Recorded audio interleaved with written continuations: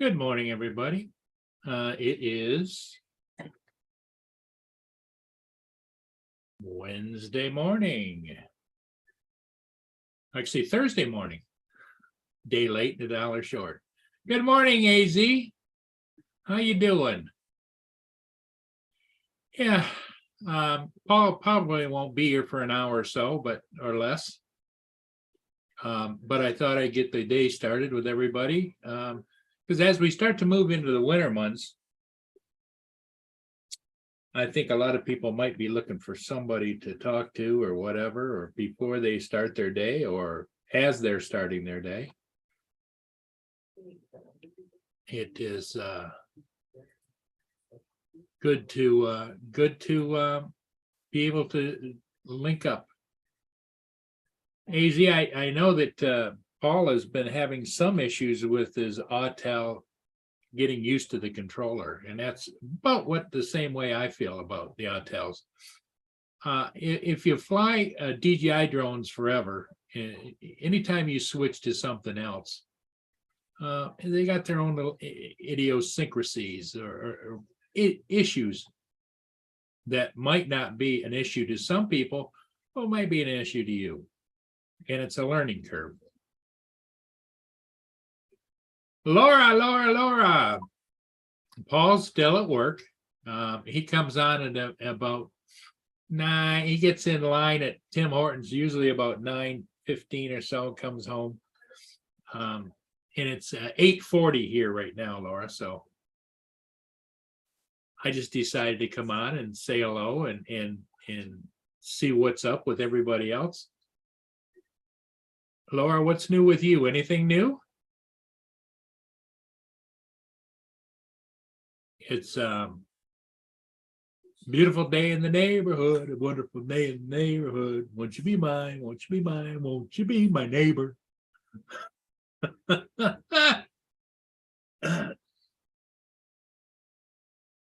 Yeah, AZ, and I find, as I'm getting older, I would call the sunset years.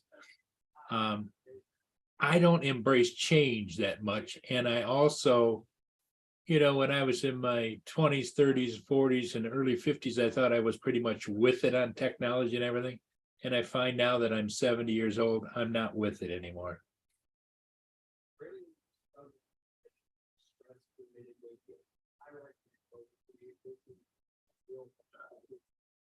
Okay, Laura, I'll check that out when I get a chance here. What I need to do is I need to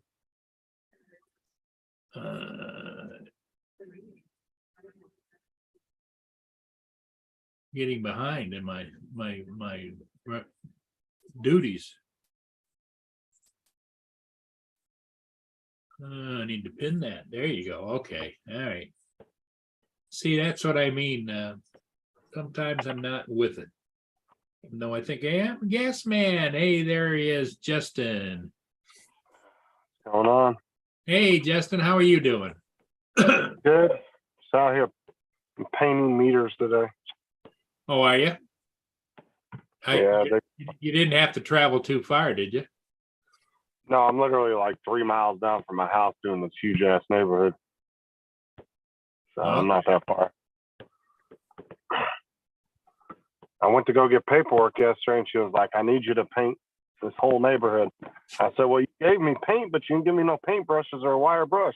I said, I can't paint anything unless you guys give me all the supplies I need. So they had to go and get me all the stuff I needed.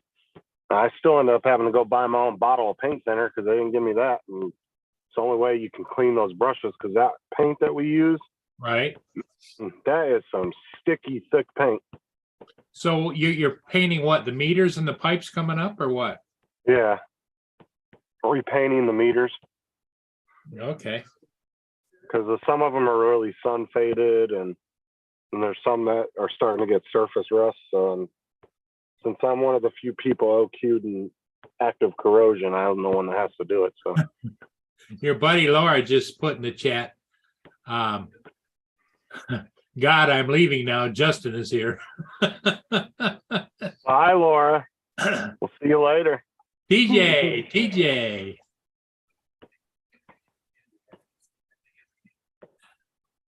And then I'm getting certified at the end of the month to do line markers. That'll be Yeah. another job doing. Another job to do, huh? Well, once you get all the certifications, you pretty much can be a jack of all trades there.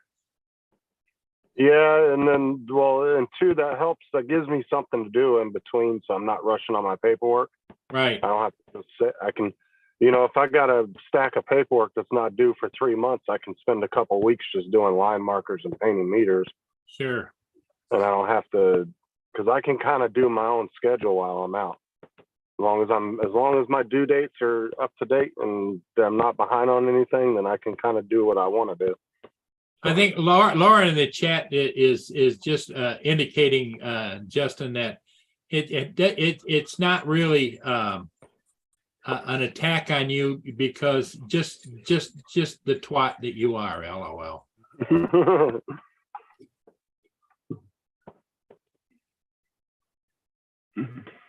Newfound Drones Bill, how you doing? Good morning. Good morning. Yeah, I was joined by Justin. Justin is off camera, but he's with us. If you have any questions for Justin, he's down working in Florida. Have you noticed how's the cleanup going on overall down there, Justin? I mean, everything seems to be back to normal, but as far as cleanup goes, it's really slow. As far as you go down the roads and there's just piles and piles of crap everywhere. But that usually takes them about 2 to 3 months to get all that cleaned up. And that's even with 56 crews out there picking crap up every day. That's just that much stuff.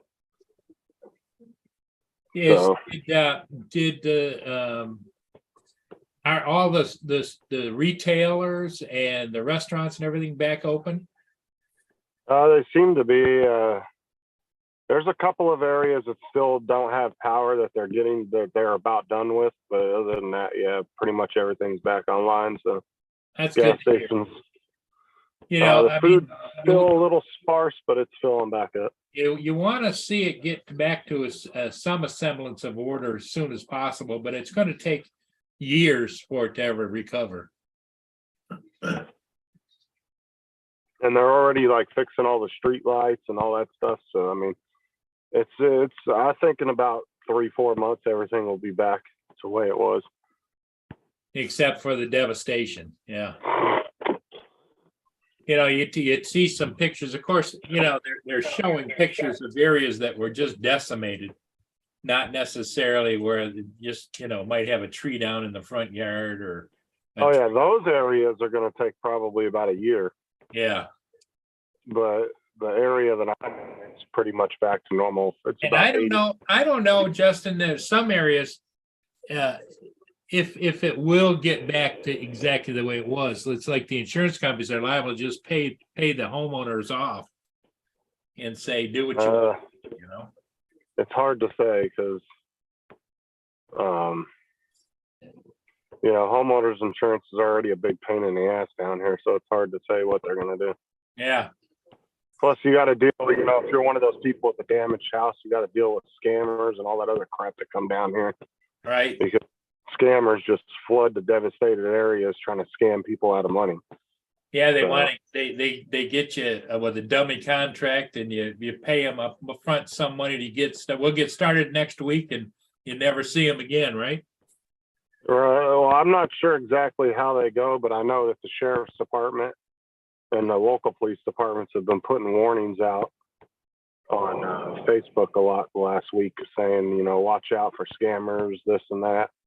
And the sheriff's department's out hunting down people that are trying to scam.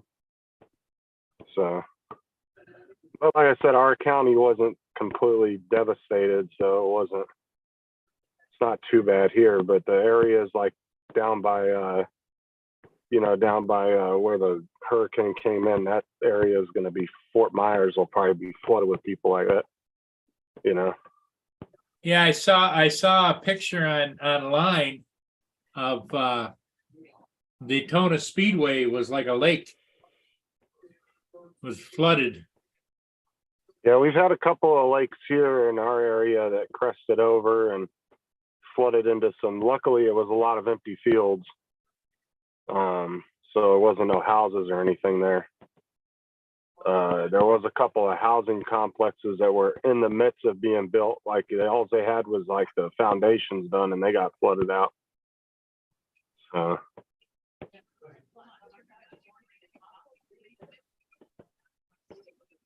But there was quite a few cattle ranches that had big, huge open fields that got flooded. So I don't know if their cows really have a lot. Like there's this one where about 80% of his field's underwater, about 3 or 4 feet. So his cows don't really have much room to go to anymore at the moment. Yeah. Plus you got to deal with gators and all kinds of crap getting in there. And Yeah, the thing of it is that you're exactly right, Justin. The wildlife issue has got to be all on its own, like snakes and gators and different kinds of things. Well, not only that too, is you'll get shit from the sea that comes in that gets swept into inland into lakes and stuff, like bull sharks and all kinds of crap. Like there's certain animals in the sea that can survive in freshwater too, and they'll get swept in with the rising tides, and then they'll get shoved into a lake, and then they'll get stuck in there, and then they might cause problems with attacking people and all kinds of crap. Because bull sharks are very, very vicious. They're worse than crocodiles and Really? alligators. Yeah, they're very, and they've been seen. I mean, they've been pulled out of lakes here tons of times. Not here where I live, but they've actually found bull sharks as far in as the Mississippi River, where they've actually made it almost like in the middle of the country somehow. Wow. Into like lakes that were attached to the river, and they've swum upriver. Yeah, they've been found in quite a bit of areas.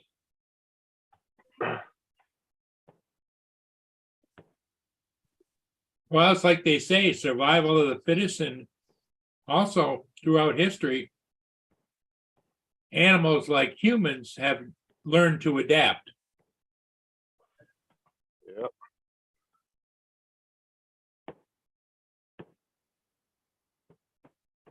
But yeah, I would say our county's probably about 85% back to normal. Most of it's just cleaning up now, getting all these piles picked up. The problem is every road you drive down, even if it's a 10-mile desolate road with nothing on it, there's 1,000 piles on the side of the road. Yeah. But the county, the guys have gone out there, chopped it up, stacked it, and they're waiting for the trucks to come by and pick it up.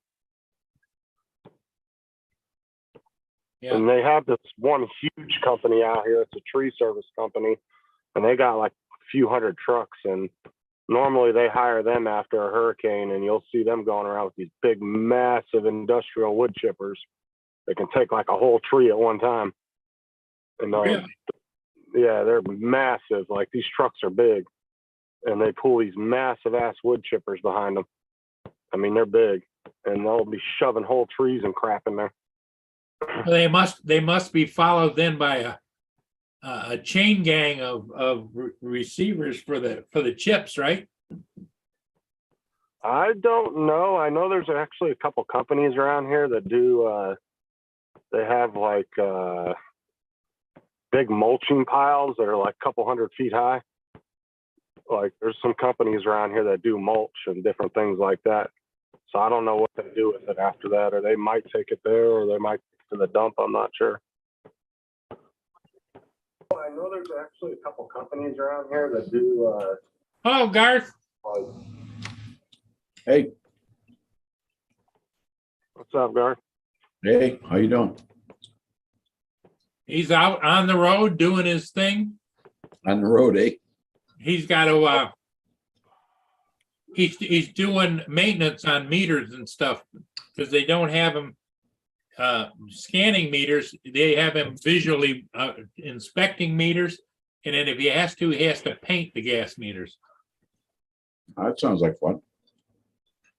How's the temperature down there, Justin? It's really nice. I went down to Costco this morning just a little while ago to get some gas, and it was just really quite nice. Okay, beautiful fall day. I don't know exactly what the temperature is, but I didn't have a jacket on, so it wasn't that bad. Hey, did you see that freighter didn't go through Port Huron until 11 o'clock last night? Yeah, Yeah, they slowed way down, I guess, at some point.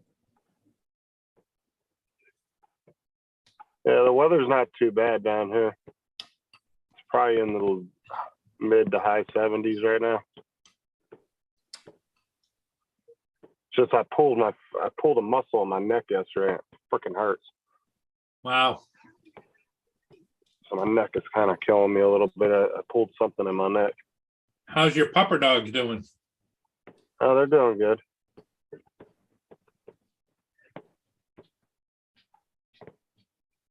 The latest one you got it turned into be your wife's pup, right? Yeah, for the most part, yeah. I mean, he pretty much stays with me and Sarah the whole time. Like, he lays in the bed with us. He doesn't really go very far from us. He likes to play rough with me.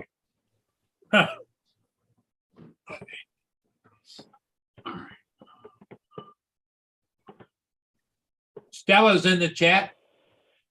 What's up, Stella? Fucking neck is hurting.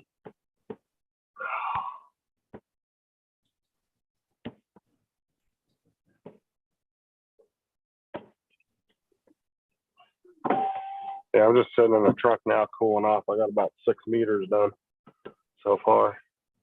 Because it takes a minute, because I have to wire brush them down and then paint them. So it takes about 20, 30 minutes per set of.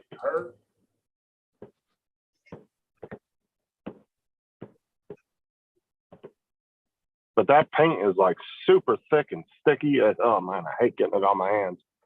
I have to put paint thinner on a rag to get it off my hands.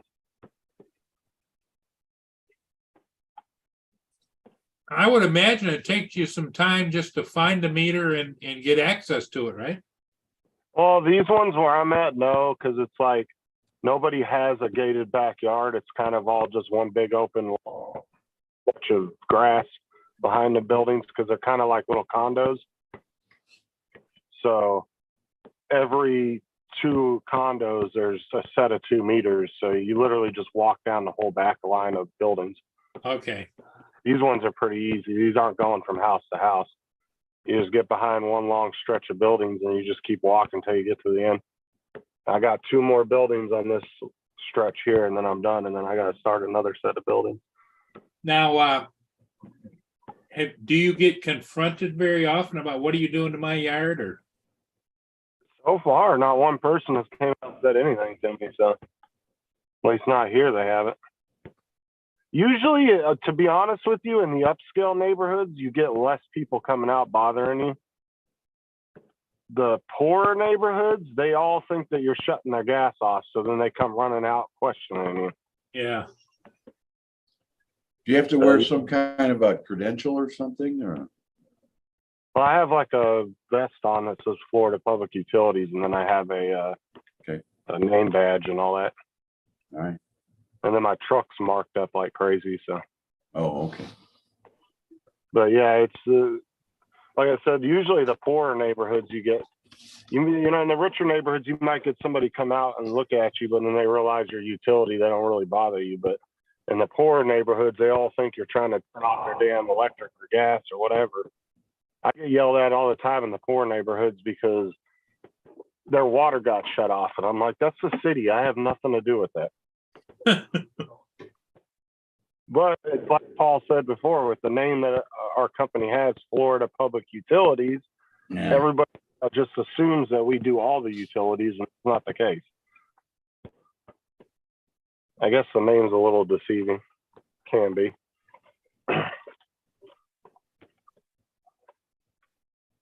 Well, I would imagine there's pros and cons to having that name, you know? Yeah, and then I'll come out to like I'll get into like the Section 8 apartment complexes, and I'll go to be looking at a meter, and all of a sudden I'll hear somebody yell, "Yo, they're shutting your gas off!" And all these people will come running out their apartments. I'm like, "Oh my God, I'm not here to shut your damn gas off." Our company doesn't even do collections in this area. Like, our company does collections in some areas, like down in West Palm Beach and stuff like that. Not for Medina, but we don't do that around here. The FPU guys actually do it themselves here. And they're sneaky as hell too. Let me tell you that. And then if you give them problems, the FPU guys will just take your whole damn meter if you want to give them a problem about it. Well, I don't know if it happens or not, but I would think that maybe on a rare occasion, somebody come up and complain about their cable not working. I haven't had that yet, but I'm sure eventually You know, some people think utilities would be everything, telephone, cable, you know.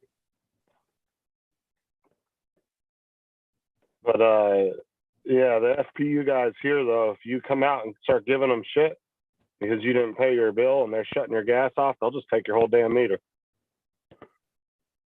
I've seen them do that. They'll just go and disconnect the whole damn thing and walk off with the whole meter. Yeah.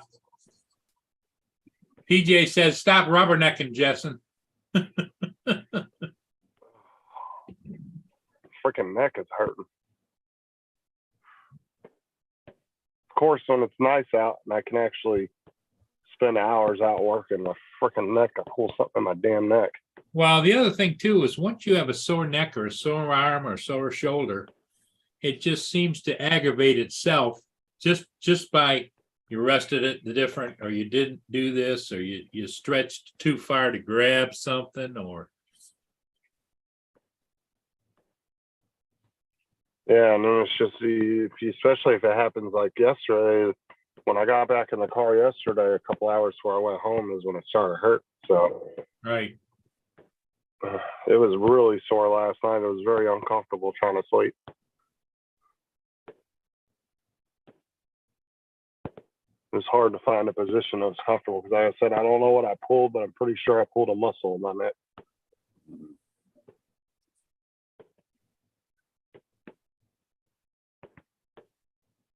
Yeah, it's usually worse the next day or the day after that, you know. Yeah. Yeah. Well, especially when you're sleeping, especially if you end up falling asleep and sleeping really hard and you're not moving all night. You wake up, oh man, it's even worse then. See, that's why I don't like taking muscle relaxers, because they'll put me in such a deep sleep that I literally won't move all night, and then I'll wake up feeling stiffer than I did when I went to bed. Yeah. They don't relax my muscles, they just put me to sleep. I hate muscle relaxers, man. I can't stand those things. They had me on I can't remember what the hell the name was of them, but they were these little yellow ones, man. And took them for like the first week, and I just felt so groggy all the time that I just stopped taking them. I was like, I can't take these no more, because I just felt groggy all day, every day. Well, do you think you have early signs of arthritis, or? No. This was like a couple of years ago when I had those. It was just because I had pulled a muscle real bad in my back. Okay. What I did was was it gabapentin? No. Okay, because gabapentin is prescribed mostly for Started with an F. strains and whatever. I think it started with an F. But no, I was pulling a pallet out of a truck when I was at Walmart, and I slipped and I fell, and I actually hurt my tailbone real bad, and I pulled something in my back because the floor was like super slick because it was mulch. And I was pulling it out with the pallet jack, and I friggin' slipped, and I had landed hard, man. I couldn't walk for like a week, man. And trying to walk was so bad I couldn't bend over at all. And yeah, so they gave me a prescription for like a month for the muscle relaxer, and then they gave me like Tramadol for a month, and then the muscle relaxers just I couldn't take those. After about a week, I just gave up on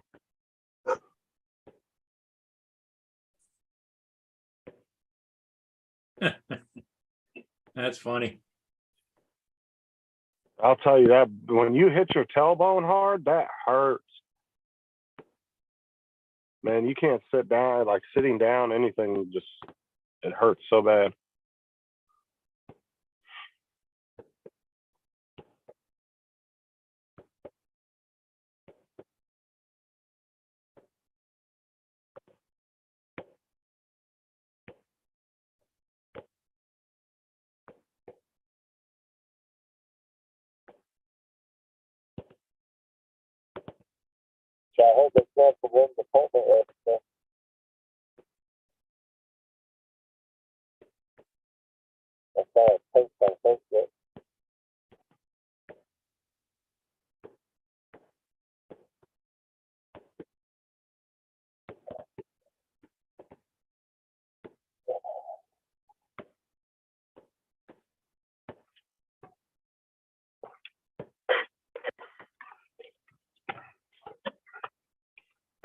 See what the chat's saying.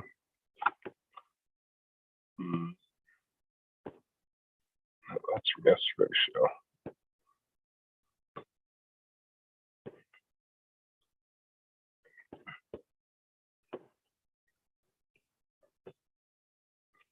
Oh, no.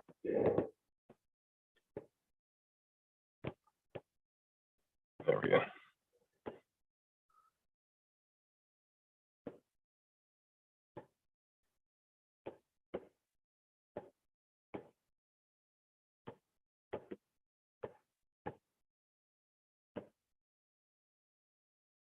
Ugh.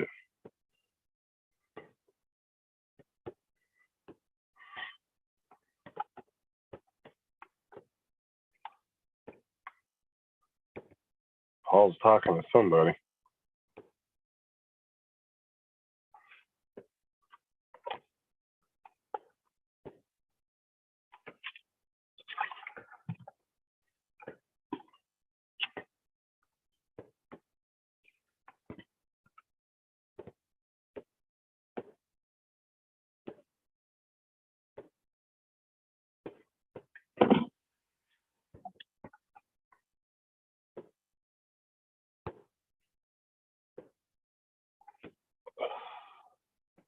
Sorry about that, guys. Oh, I'm sorry. Oh, you're good. So I heard they canceled Lynn's appointment yesterday. They canceled what? Lynn's appointment. Oh, yeah.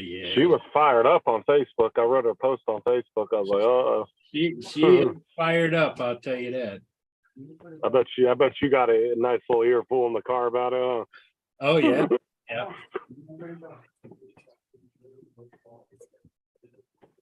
Definitely. Especially, she spent all that years in government, and government is, right down the line.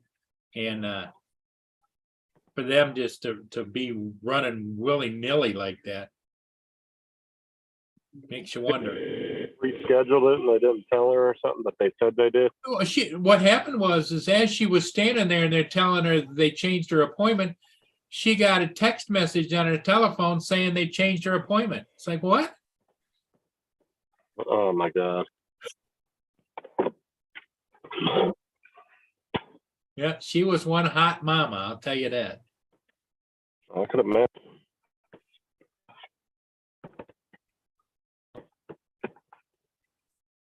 But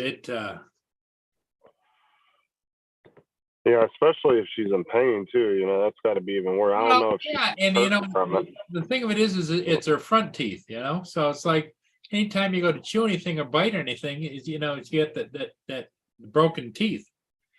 And it's I think they're broken down to the gum line. Oh, I can't believe an egg roll did that. Well, I'm thinking it probably was cracked to begin with, and then that was the final straw. Well, that's what I'm saying. It had to have had something majorly wrong with it for an egg roll to crack it.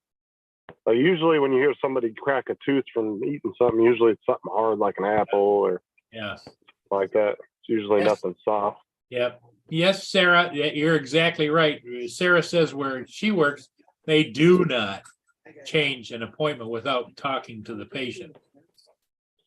I mean, first of all, we got there and the door was locked. So we're banging on the door. Somebody had broke the lock on the door.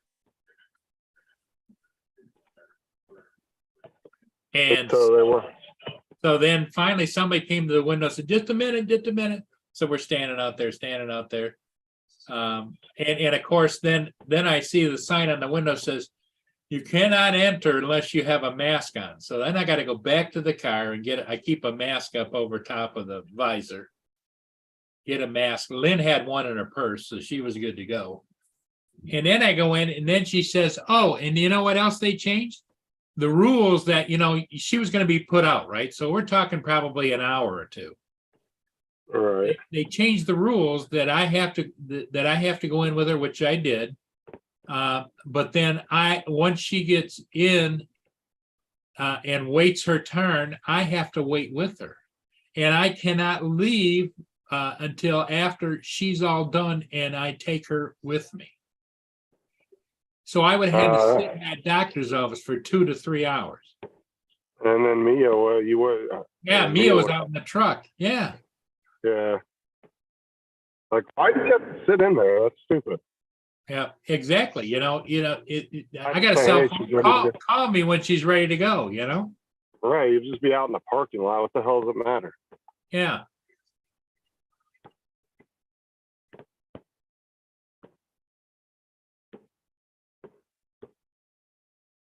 Well, what really set Lynn off is when she got there and they says, "Oh, we've changed your appointment, or we've changed you to go to our Chesterfield clinic, which is what 30-40 miles, Garth, down there." Well, luckily, Nunya, we don't have to really deal with that. You're down on here. mute, Garth. Yeah, There's only a 23, few. Chesterfield, 23-mile road. bro. 23-mile road. Yeah. There's very few places in Florida that still require a mask, and it's just a couple doctors' offices. Other than that, you pretty much can walk in anywhere. Well, I can understand, their concern, especially if they're doing oral surgery. Yeah. But it just would have been nice if we had the correspondence or the everything, should have been a top priority. But the patient care makes you wonder about patient care on the other end. If they're that flippant about their appointment and about where you're going and what you're doing, and it makes you wonder, okay, they're going to put her out. Are they going to forget about her and just leave her laying there in a coma or what? Yeah, I know. Those places have, hard time getting help nowadays. It's just, Oh, everywhere. I mean, there's right downtown here in Port Huron.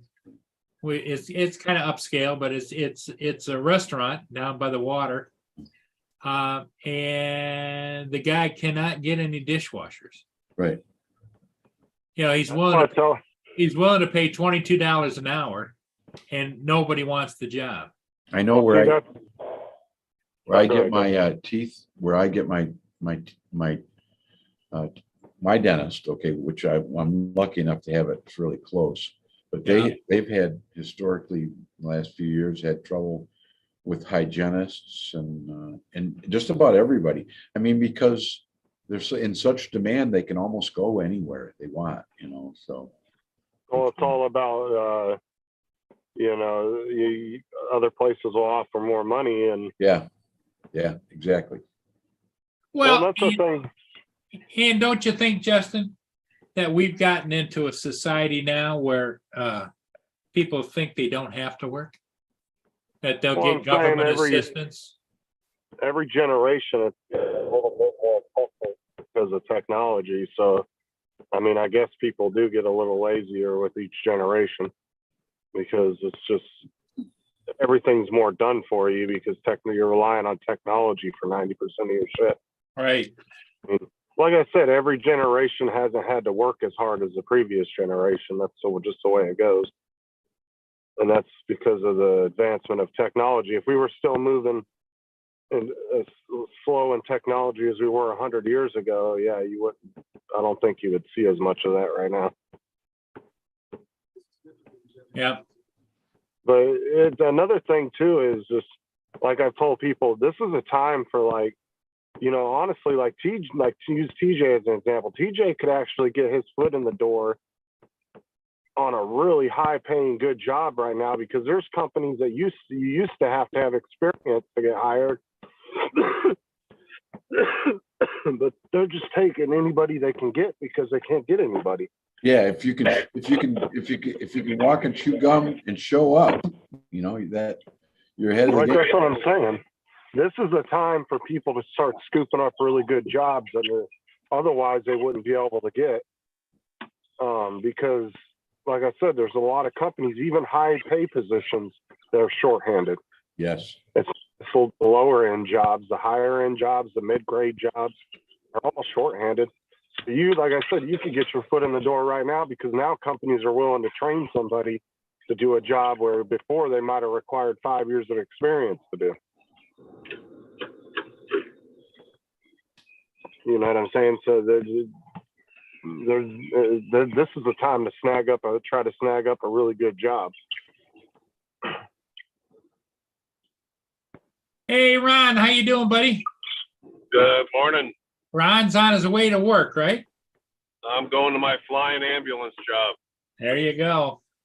and taking out the North Dakota coyotes. It was the North Dakota. A lot of them on the road. Well, there's one on the road.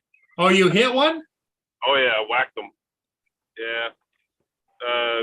North Dakota coyote versus a Wyoming Ford F-150. Guess who won? Well, it depends. Are you talking about your bumper or the truck? Oh no, tire hit him. You ran him right over, huh? Well, he kind of ran in front of me. I didn't even get a chance to hit the brakes. So he was chasing deer. It's like, well, see, that's what it gets you. Like I've always said too, if it's a certain size animal, don't hit the brakes and swerve off the road. Just fucking, I hate to say it, but just nail them. Because it ain't worth you driving off the road into a telephone pole over a fucking rabbit or a dog. Yeah. He would have scratched my truck. I would have backed over and killed him again. But that's right. But there's a lot of people that will go off the road because a fucking rabbit runs in the front of them. It's like, oh god, yeah, yeah. I mean, I understand somebody hitting the brakes if a deer or something runs out in the road, but you know, I had to do that earlier this morning. Well, a couple of big bucks this morning. Woo. Oh, did you? Yeah. Yeah, they were playing chicken, so but they'll do more damage than a coyote. Well, there's nothing more nerve-wracking when you're driving down a country road and there's like 30 deer on each side of the road just standing there. Yeah. You just creep through really slow because you don't want to haul ass and spook them. I need to get one of those Bambi bashers for the front of my truck, though. I just don't. I don't want to put much more money into this truck. I don't know how much longer I'm going to keep it. I mean, it's got 180,000 miles on it. This is 2014, but it's almost so trade paid it off. in and get one and put a big ass fucking pit bar on the front. Well, yeah, that's what I was thinking. A lot of pickups here in Wyoming, they have that big, big crash bar up front specifically for hitting deer. So, but damn it, it's cold up here. I hate North Dakota. It's cold enough to snow. It's 34 degrees. And I'm in shorts and a light jacket. Well, we're supposed to be getting that soon. Yeah, it wasn't that cold when I left Wyoming this morning. It says it's 64 here, but it don't feel like that. It feels around 70, 75. Damn. Oh, I'd take that.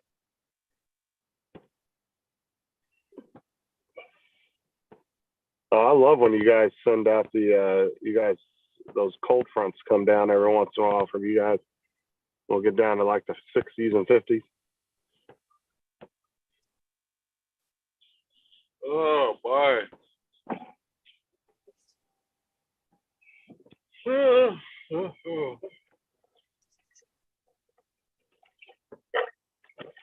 Yeah, Ron, Justin's out painting meters. Doing Gas, what?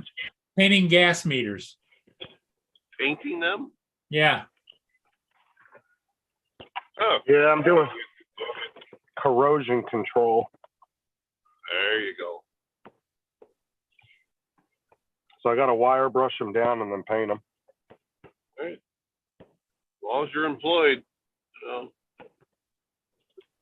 That's like we were talking right before you came in. I said, there's no reason why people can't snag up really good jobs right now that would otherwise there's- require experience.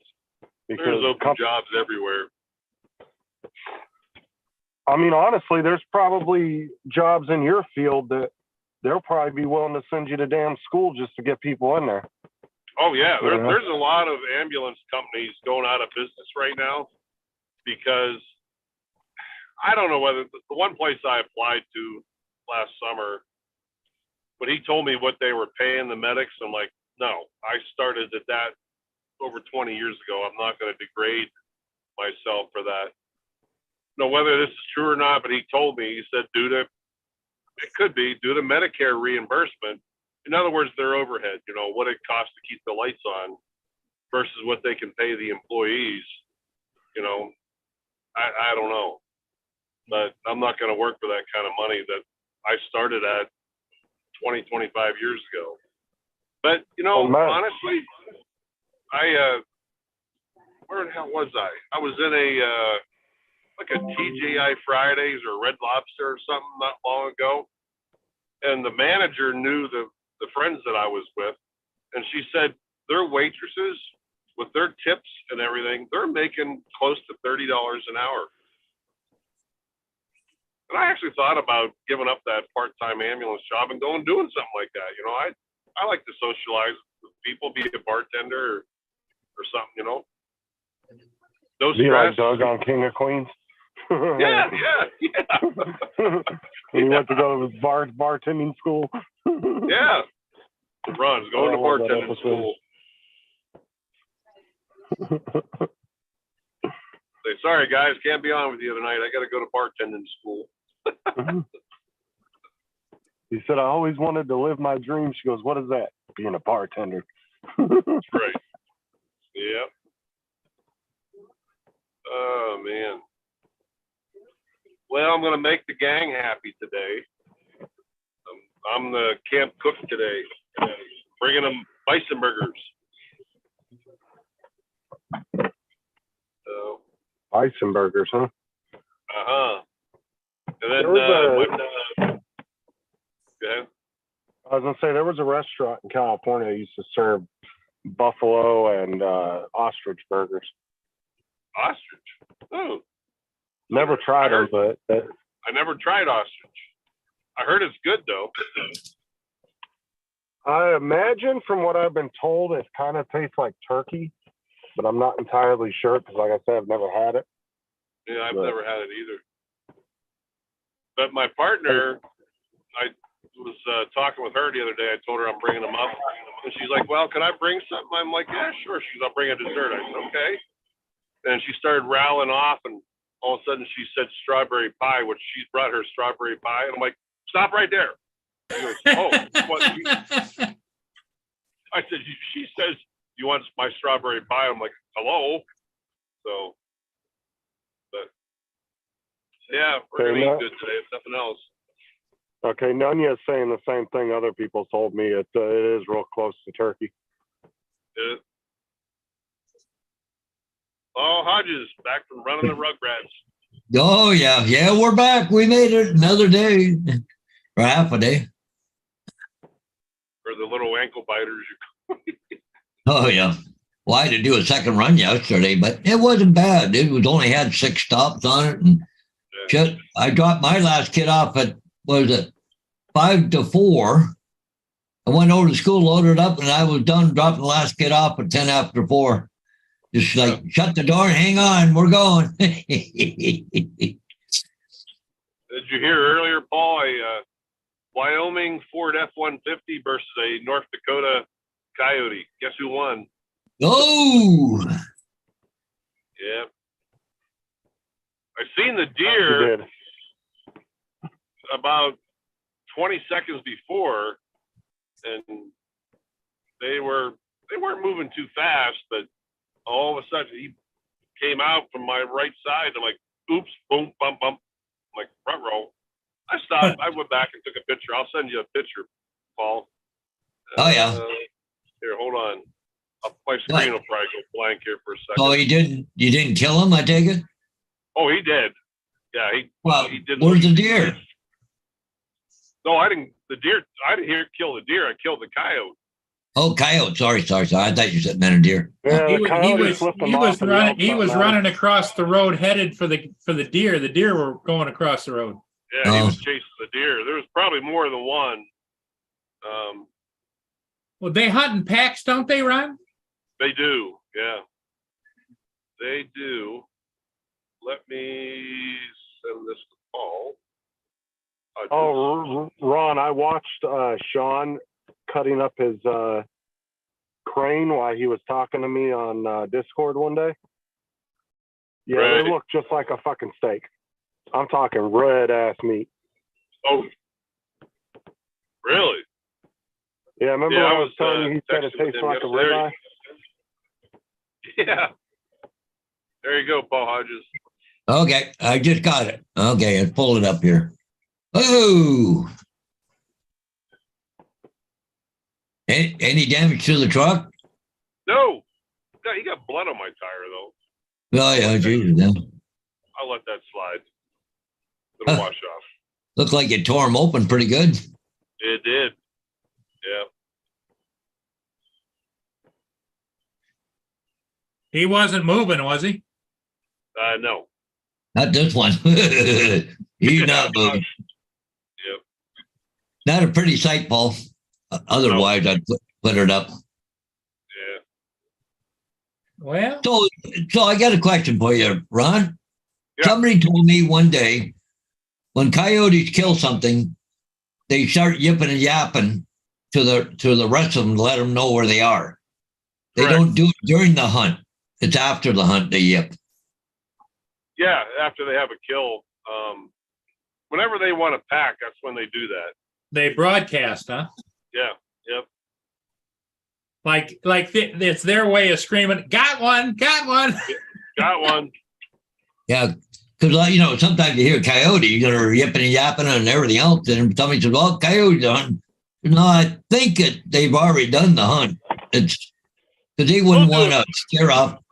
They'll do it beforehand too. Yeah, Because they want to gather.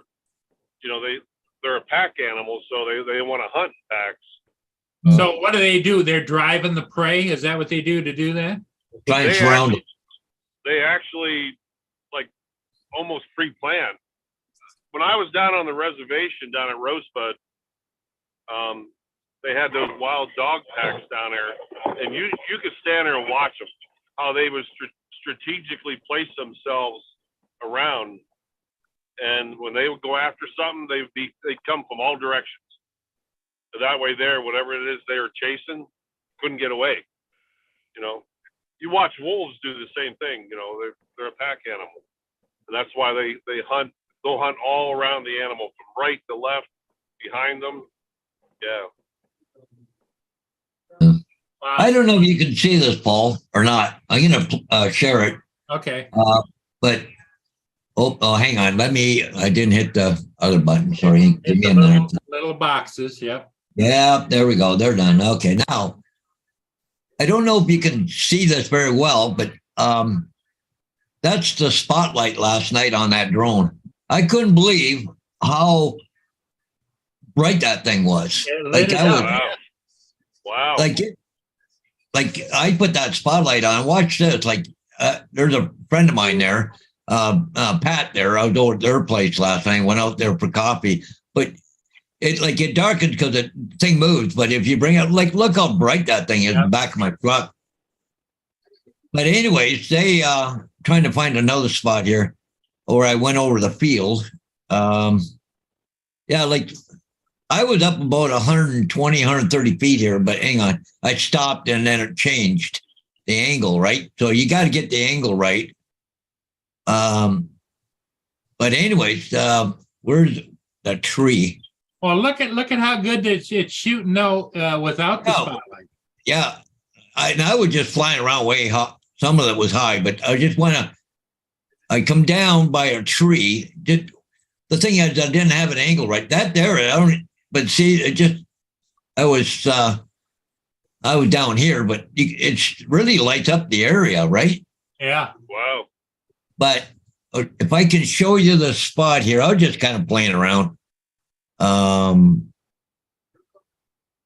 Okay, let's go back just a bit. A little more.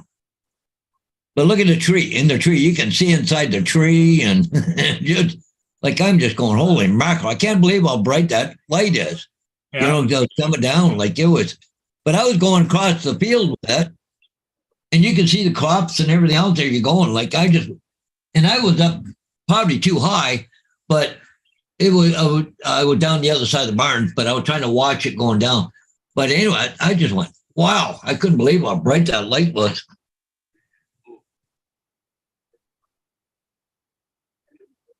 Well, that's really nice. Did you try the speaker at all, Paul?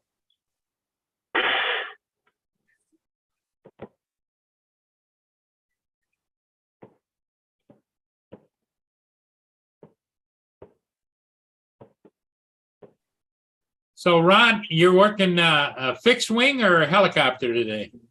Working fixed wing. There is, oh my God, I've been getting text message the last 3 days. There's like 20 million helicopter shifts they want filmed.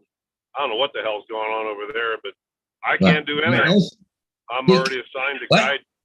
Speak, Vader. Speak. I could probably pick up 8 or 10 helicopter shifts if I wanted to this month, but no thanks. Okay. Hold on. Interrupts my hunting time. And I Paul, make more did money. did you try the speaker while you were out there? I know I didn't try the speaker. Yeah. Okay. Well, it was dark, where I was, and it was kind of hard to see putting all the accessories on, right? So, but I just trying to find that. But holy mackerel, did it ever attract the bugs though? Was that Yeah, bugs I or was think that snow? Oh, That's it what I was was bugs. wondering. Was it bugs or rain? Yeah. No, look- that was bugs. Wow. Oh, Yeah. That's quite a light. There's no doubt about it. You can buy a light set like that to go on just about every drone. I've got one over here in the case that goes on the Air 2S. It's now you can't turn it on and off. It's just you turn it on when you take off and you turn it off when you land. Okay. So here I was up a little ways, up above the barns. Okay. So I was that height. But here I'm coming up to a field, and well, I didn't have the angle right for that. But look at this. Put the camera down. I can see it going across the field. It just wow. I went, holy crap, man. That was just I couldn't believe how bright that thing was.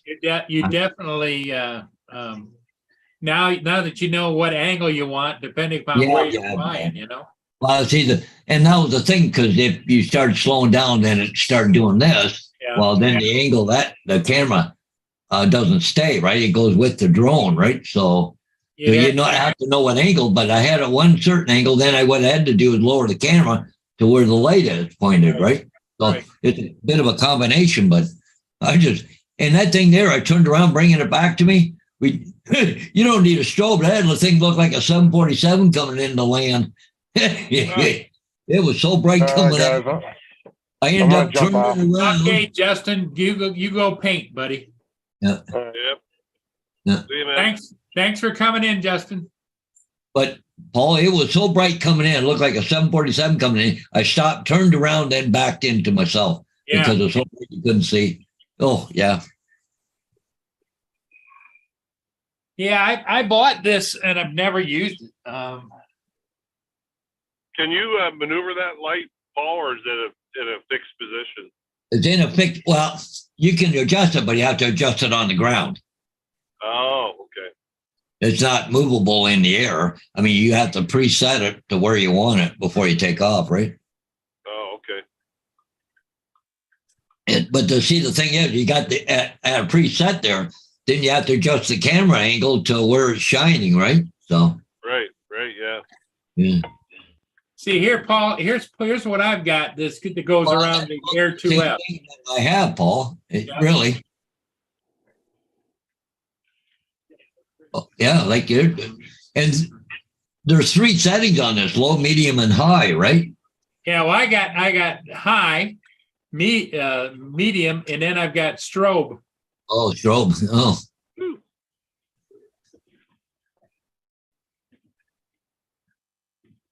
Oh, this is Gracie. None of your business. Yeah, this is Gracie. I got a dorky here too, someplace hanging around. It must be in the living room. Yeah, this is Gracie, my little sweetheart, my little suck. Yeah, it's my sucky.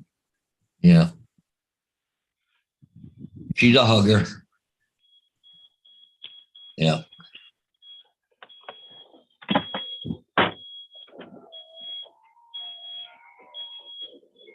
Well, boys and girls, I am here. We'll see what the weekend has in store for me. Oh, yeah, that's about the time of day when you get there. You got about half an hour before you start work, right? Officially. Yeah, I always show up about a half hour early. Yeah. It's just, I don't know. It's what I do. Well, I don't leave the yard till what? 8:05. I think I get there about 10 after 7. Well, you do your circle check and then go shoot the shit with everybody else. Yeah. You know. Okay, come on, Grace. All righty. Well, guys, have a good day. Okay, Ron, thanks for coming in. Yeah. Hey, Garth, you know you're muted, eh? I am? No, Garth. Oh, Garth is. Oh, okay. All right. Well, you guys have a great day, and we will catch up to you another time. Okay, sounds good. Take care, Bye, Ron. everybody. Bye-bye.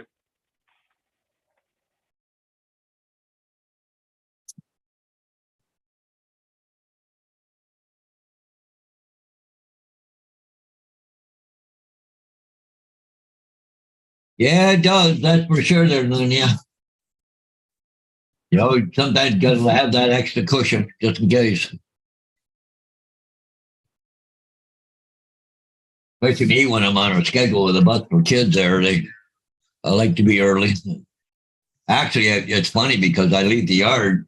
I can leave even a little bit later, but I like to go to about a block from where my kids are, my first pickup, and I just pull off the side of the road and sit there for 5 minutes. So I'm right exactly on time when I start doing my run. So, hey, Mr. Bill from Maximum Impact or Newfound Drone Productions. Hey, welcome. I guess you were here earlier and I missed you. Yeah.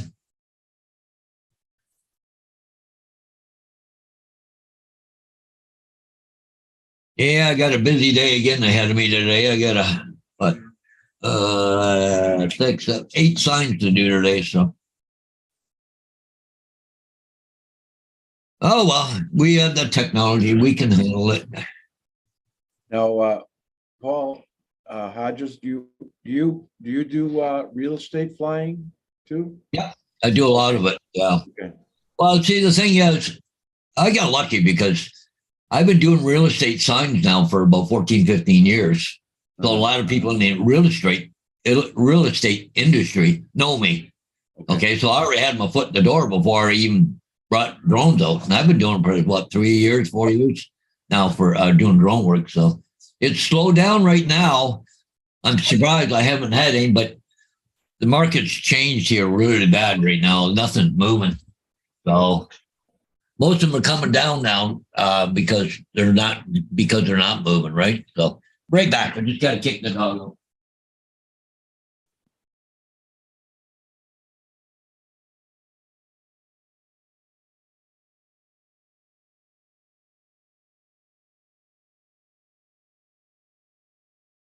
Be there in just a second, guys.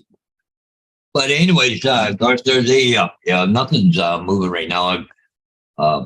It's really quieting down. So when you fly real estate, is it mainly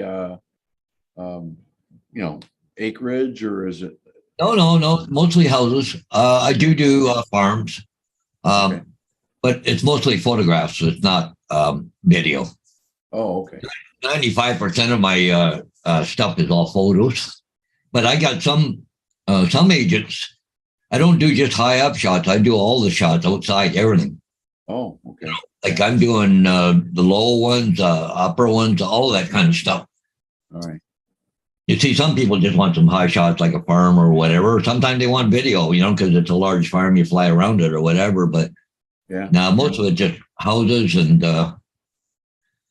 but I can get at angles that other people can't, right? Of course, with the camera, right? So Yeah. and some of these agents are, believe it or not, they're pretty busy and don't have time like sometimes to do outside pictures or whatever. But the only thing that I'm finding now is they hire people to do the interior pictures because it's a lot of work. You got to stage everything. Okay. If they got a lot of junk in this room, you got to take it out, take pictures, put it back, There's a lot of staging to it. But what they're doing now, some of them have got drones and they're giving them a complete package, outside, inside, and drone shots, right? Oh, okay. So, but I got one guy in particular. I do all his everything. When I do his pictures, I do everything outside. I can even, fly right up to the front door if they want a good picture of the front door, right? The biggest obstacle, of course, is going to be trees and wires, but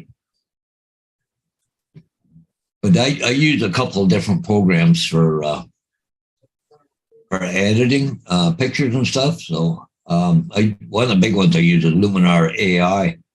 I have all three the Luminars, but AI is the better one for me. Neo is the best one there is out there, but the problem is that you can't batch process things. Like I can go in with one picture, color it, do whatever I want and tweak it, and I keep that as a profile, then I can apply it to all the other pictures. Oh, And then it's almost done, except maybe got to tweak this a little bit too bright because I was in the sun or in the shade or whatever. I may have to tweak it a little bit, but all the colors are the same, right? Mm-hmm. And another problem that it's getting into is you got even the agent taking his 35 millimeter or whatever camera and taking pictures of the house, but they want me to do the higher up ones or, more shots. But the problem is you got two different color profiles now. Yeah. Okay. Yeah, I was And- talking to a guy. I had a roofer here doing a little work for around my electrical entrance into the house, and I was asking him about if he ever used drones because, and he said, "Oh yeah," he said, "I used to have my own drone that I used to, do my things with." But he says, he says, "I'm so busy Yep. that I've got a service that and especially on bigger jobs, okay, he'll hire somebody that's got a drone and they'll come in and they'll just do a complete shot. So it helps him do his quote and everything. He doesn't even have to be there, so. Yeah, what he has to do and all that stuff. Yeah. Yeah. Sure. I've done a couple of roof inspections. Okay. And I actually did one chimney one too, but anyways, people want gutters inspected. Well, to me that's stupid, but because Yeah. you got to go out and pay somebody to go look at your gutters. Well, you want somebody to come and clean them, right? Yeah, exactly. But you might as well have somebody there just come and clean and get it over with. I would think the roofing thing would be pretty lucrative if you were doing, if you did a lot of that, because Oh yeah, there's just and when I'm doing aerials, even though I'm doing around, but the agents like that top down shot too at the roof. So he should Yeah. probably be there Above it. say 10 Yeah. Top down shot. So they Yeah, You know, they they can't get that any other way. They can't get it any other way. So. Right. but you learn things as you go. But one of the things that I find, and I know it sounds kind of stupid, but Well, when I heard about that, I didn't know if that was something you'd be I'd rather not fly in a bright sunny day $18 an hour to watch. because there's too many shadows. Yeah, because he Yeah. told Tim. Day, because there's no shadows, down there, and he and I can change the sky with my program, Luminar AI. If I don't like the sky, I can just get rid of it and change it with a couple clicks. That's all there is to it. Simple. Okay. So you're changing the coloring of the background? Is that what it is? Oh yeah, like you can bring up brighter in the background or duller in the background, brighter in the front or in the middle. There's a lot of things you can do with the software, right? Mhm. It's just amazing what you can do with it. But it's just, you know, like I said, now this is where I run into.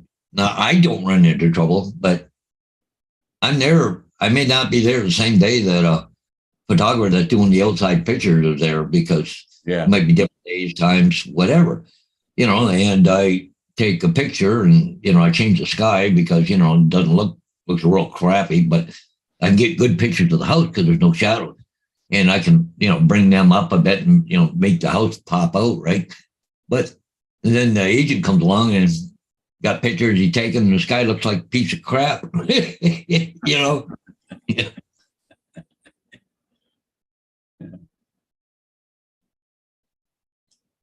But, you know, it's amazing what happens. And I found out, you know, the funny thing is there's an agent, or real estate agency, it's about 3 blocks north of me here. I do a lot of work for them. But their inside pictures, they do it themselves in the outside pictures. I've done a couple aerials for them. But you know where they send them to have them processed? Australia. Really? Wow. The guy down there, he color profile and tweaks them and all that, and then turn around and send them back to him. Australia. Yeah, and that's so, you know, it's the way, I guess that's the, They pay this guy to do it. He's in Australia. I went, really? Then I had one guy, agent there. He said, I got some pictures of a house there. He said, can you color them for me, make them look better? Yep, yeah, that's easy. Just send me the pictures. I'll do it for you. But, you know, it's just, I couldn't believe that. Send them all the way to Australia. Nobody here local? yeah, sometimes, you know, they just don't have the time to hunt somebody down, or, you know what I mean? So They do all their paperwork and, you know, put it on MLS and all this stuff, you know, like, I mean, that's what they have secretaries for, you know, they make up the ads and everything else, what you the know, roofing- highlight all this and here and this. that's what the roofing guy was telling me, was he actually, you know, had a drone and he would do it himself, but he just doesn't have the time to do it. So it was like an extension. When he got somebody that was good at it, okay, you know, Yeah. and after using them a couple times, he would tell him exactly what he needed to see for the quoting and that, you know, and it just, you know, was like a no-brainer for him, you know. So, Yeah, and one of the things that I do, especially a new agent, for a first little while, I'll do a lot more pictures than I normally would. You know, I might do a regular agent that I know, I'll do about 20 pictures, okay? But I get a new one, I'll do 50, 60 pictures sometime because I get to know what they're looking for, because I'll go back onto the ad and see what pictures they used, okay? So then I know what kind of pictures they're looking for, you know? do you advertise at all? Not really. Okay. I have a Word of mouth, website. right? I have a website. I've been about a year and a half, 2 years now. I don't think I've ever generated one from it. Uh, It's a waste of time and money.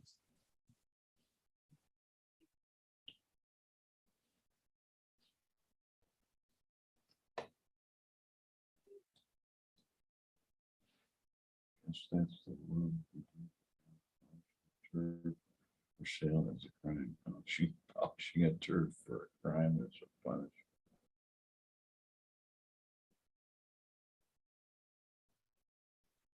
But two, I should say I don't advertise. I got it all over my truck. You know, front, back, and sides, and everything else is what I do. But I had a problem about a year ago, though. People knew about my drones, and I heard through the grapevine, which kind of helped me a bit. My house was being targeted because I had drones. Like there were people wanting to steal them. Oh, wow. Just advertising in my truck. They knew where I was and what I had, right? Oh, wow. So I had to do a little extra security around here. I put a bar in the back door and stuff like that. And every time I leave a deadbolt, I just drives me nuts. Most of it's word of mouth though, right, Paul? Yeah, but I got cameras front and back now, and yeah, I got good neighbors too, though. Well, the other thing too is if you ever get a situation like that, I recommend, I used to have a little sign business on the side. I used to make magnetic signs. Yeah. You can put them on the truck, take them off the truck. Yeah, yeah. But I also put different plates in different windows, security stickers on the windows. Smile, you're on camera. So I've been pretty good. Actually, my vehicle one time was broken into 2 or 3 times. We caught the guy finally, but anyways, but I haven't had enough problems since put signs up, put cameras up. It's been really good actually around here lately. Hey, No. Paul, I was gonna ask I you, would someplace. Paul, that little sign maker you've got? Yeah. It prints on vinyl, right? Yeah, vinyl. Yeah. Does the vinyl stick pretty good? Does it stay or is it, No, it sticks pretty good. Yeah. outdoor use? Yeah. Oh, yeah. I make outdoors. Oh, geez. Thanks for reminding me, Paul. I got to make the sign this morning. Well, here's what I'm wondering is, I just had to buy a new trash barrel thing, on wheels for the upstairs for my tenant. And I bought the biggest and best I could find. It was $150. Oh, And it's guaranteed to last forever. And it's one of those it's got the lid on it, but they just wheel it up behind the truck and the truck picks it up and dumps it, sets it back down again. And, but I'd like to, I think somebody would want to steal that. And so you want? I'd like to put my 2865 on it, just 2865, because that's, Oh, yeah, I could do that and send them to you, Paul. couldn't you? Oh, yeah, that's easy. Because But they just want an envelope anyways. yeah, if you could make me a couple of those, good size. Yeah. 2865. Yeah, just let me. 2865 stone, but I think all I need. 2865? And it's Stone Street, but I don't think I need. Yeah. the Stone Yeah, you don't need that on there, Paul. 2865. Mine? Well, it's fun because we're under construction and they'd pick them all up and take them down to the corner down there. You had to pick them up. I fucking spray painted my numbers on mine. Yeah, I thought about doing that too, but it's such a Yeah, I know. Not for big beastie, Mm.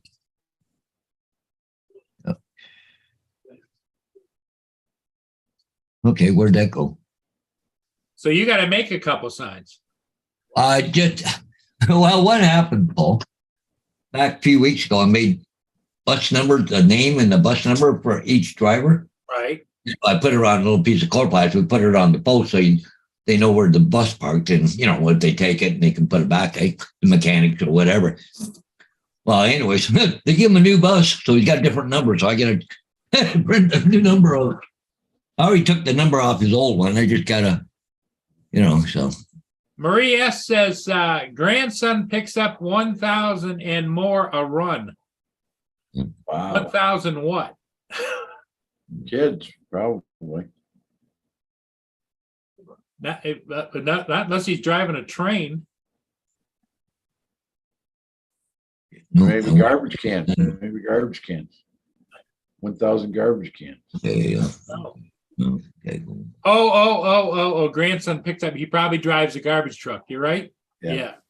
Okay. That's what I'm thinking. Oh, I gotta look up the number here. What, the 211. Yeah, that's a lot of houses, 1,000 houses. Yeah. Well, they're out there for 8 or 10 hours a day. Yeah. And especially in like in my my area, the city of Port Huron's divided up into 4 quadrants, and I'm the north quadrant. So you've got all the way north of the bridge, all the way up the lake, all the way down to the lake, and all the way over to the Black River to the west, which is west of us. Yeah. So they've got trucks running around all the time. Yeah. I always try to, if I see them in the summertime, we have ours on Thursday, I bring them bottles of water. Guys, Yeah. because they're working their asses off out there. So, Oh, yeah, and I always thank them if I'm out there, yeah. Yeah. So that's a good idea. And then they, you're gonna get good service, Yeah. because they don't get thanked enough, you know what I mean? No, I was at the fast food place the other day and in the drive-through, and I gave them a big tip, and the guy almost didn't know what to do with it. You know what I mean? I said, well, put that in your tip jar. He went, oh, okay. I don't think they got a lot of tips there. So, well, I had one crew the truck break down on the street just kitty corner from my house because there's a short street there. And I went over to McDonald's and bought them all lunch. I bought them burgers and fries and drinks. there you go. That's that. Yeah. And I took it to them. They were astounded. Yeah. Yeah. It's that's worth $1 million, basically, you're not going to have any garbage problems in your neighborhood.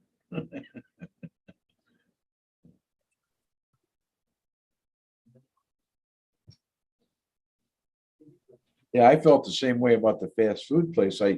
They were closed for so long because they couldn't get anybody to work there. And then when they started to get a whole crew and stuff, I said, you know what? Every time I go in there, I'm going to give them a tip, just just for the hell of it,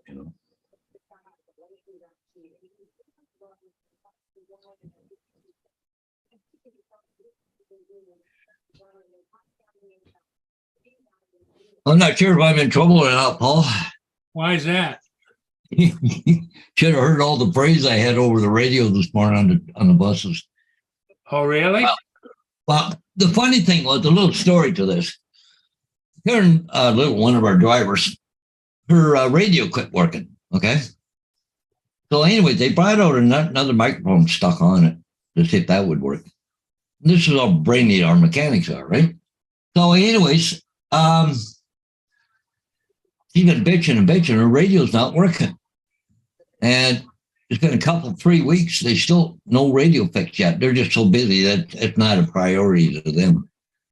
So anyways, so I said yesterday, if you check the antenna on it to see if it's connected, well, no. So Brian said, oh, it's probably the antenna itself.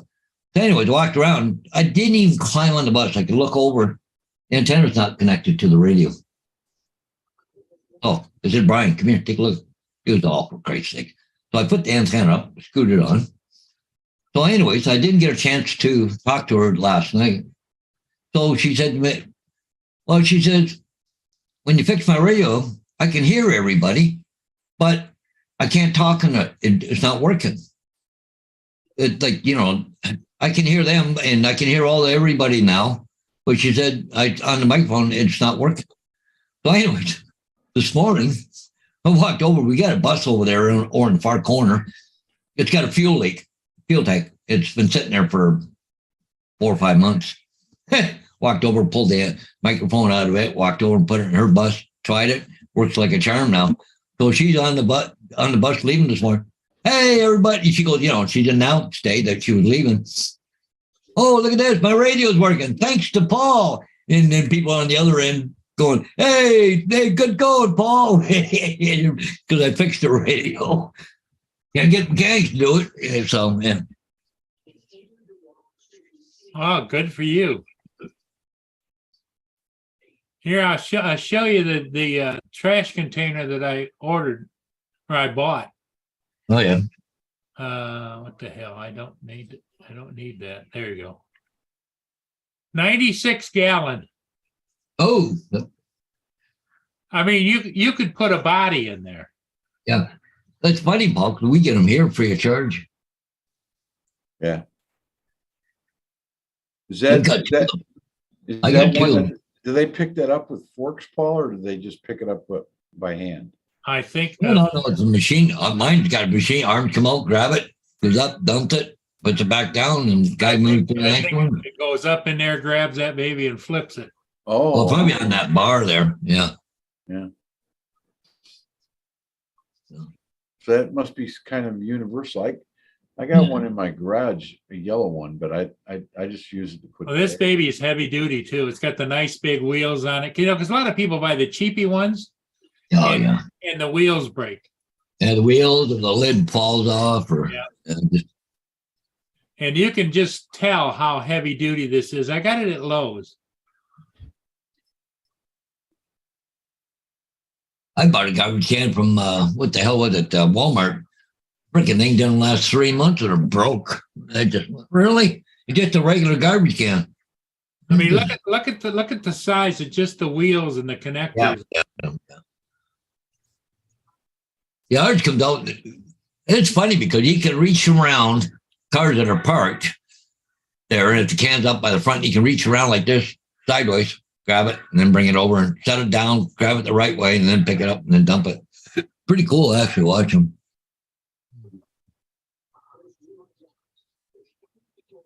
So anyway, I bought that baby. It ended up being like $145 with tax and everything. Because I just don't want, because I had, the little flimsy plastic ones out there, the vinyl, whatever they were.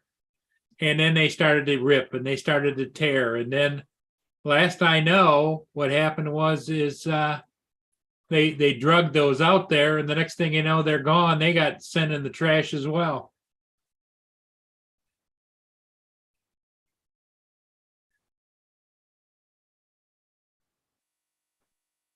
Yeah. None of your biz. Yeah, I thought that too, but I've always, you get what you pay for. $136, but it is rugged heavy duty.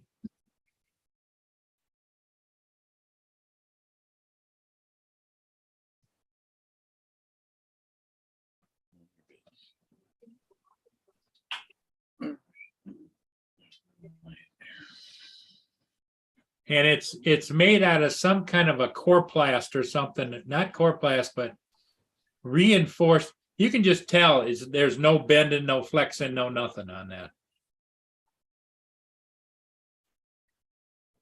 So I'm hoping it works. Yeah. Man, I happened to be in the bathroom, and up on the top shelf of the bathroom in the well, I don't know, what do you call it, where you keep towels and everything. Up on the top shelf, I had a whole row. I moved some stuff around. There's a whole row of liquor bottles up there, where people had given me liquor and whatever. Some of them had never been opened, and my tenant was helping me, and I says, "Here, I get a bag," and I put them all in there. Says, "You take these." He went and looked up the one bottle never been opened, and it's on eBay. It was 1962, and it is selling for $700.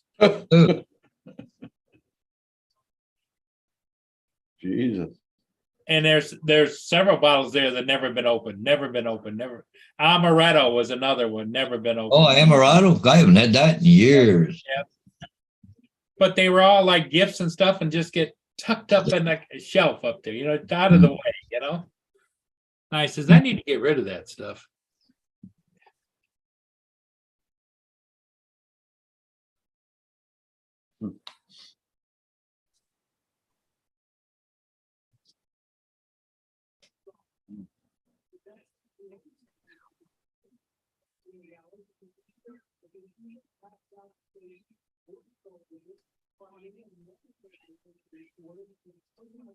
Is it Marie S? Is that the same Marie S that's goes on the? Yes, goes on live Stream Time. Yep. Done. Oh, okay. Yep. Does she do camera? She does a camera, right? No, I keep nominating her for it. She Oh. she ignores it. I think it's like, why the hell would I want that?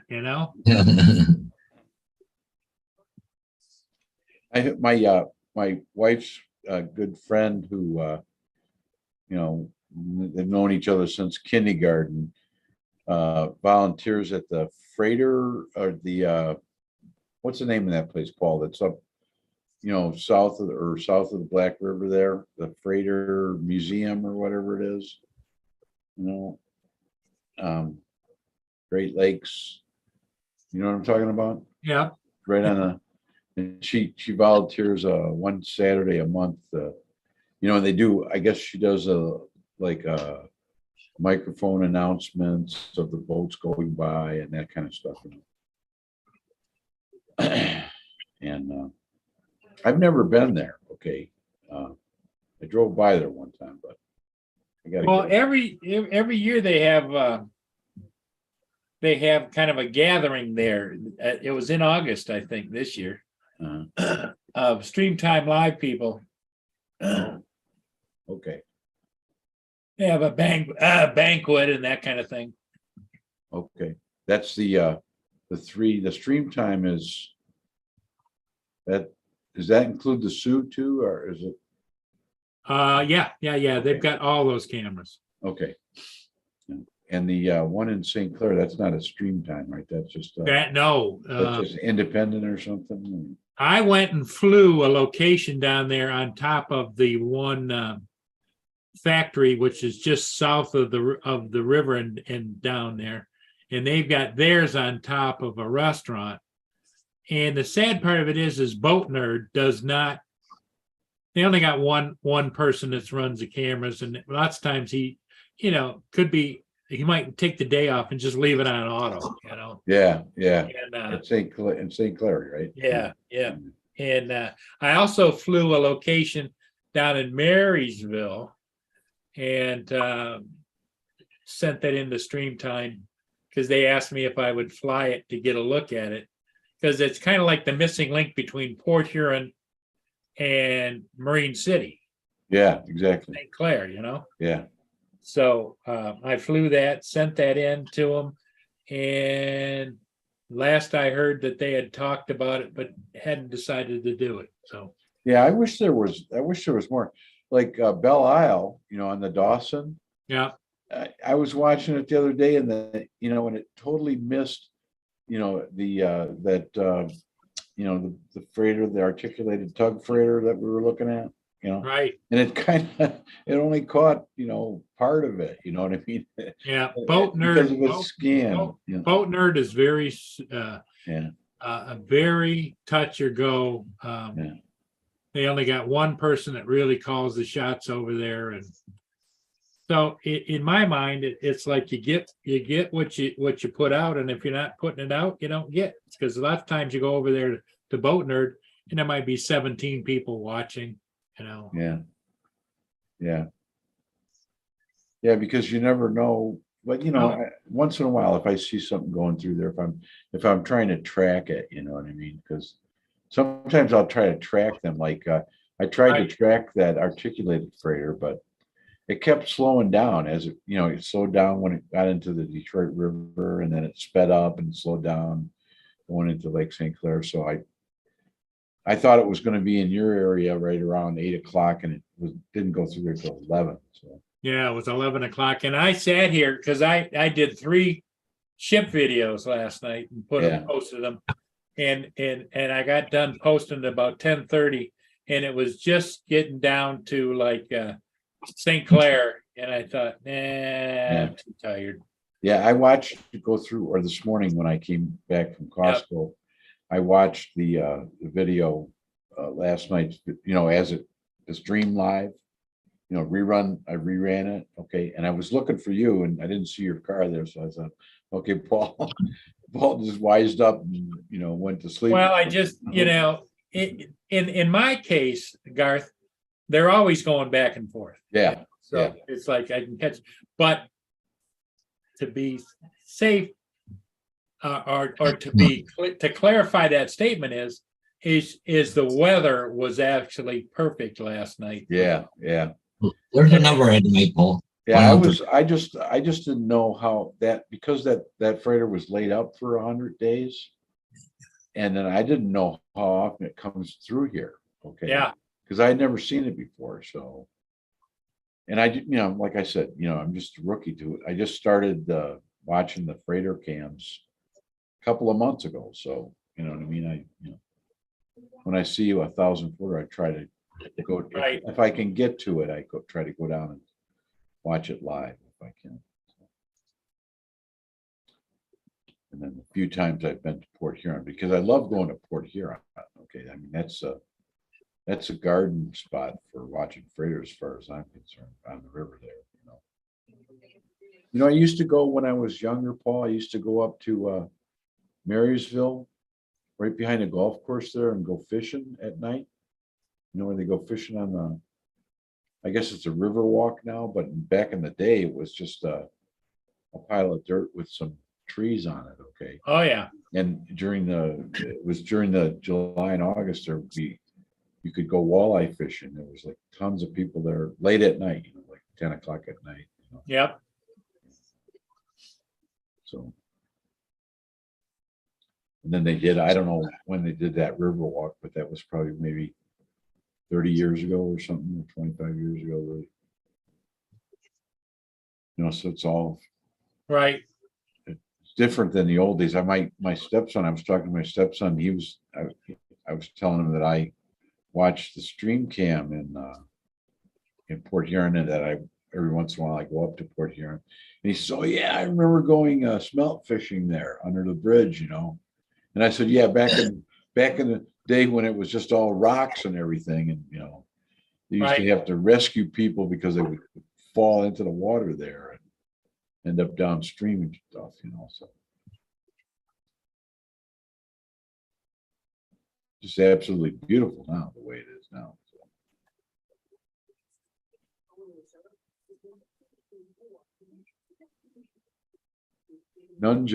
Nunja business. Garth, looks like you love music. I have, I'll see if you can see it or not, but that is, I play bass, so that's the music. I don't know if you guys, can you see that? A couple of my basses and my bass rig and stereo system back there. But I have another one of my you know, hobbies, I guess you could say, bass playing. So I got way too many basses.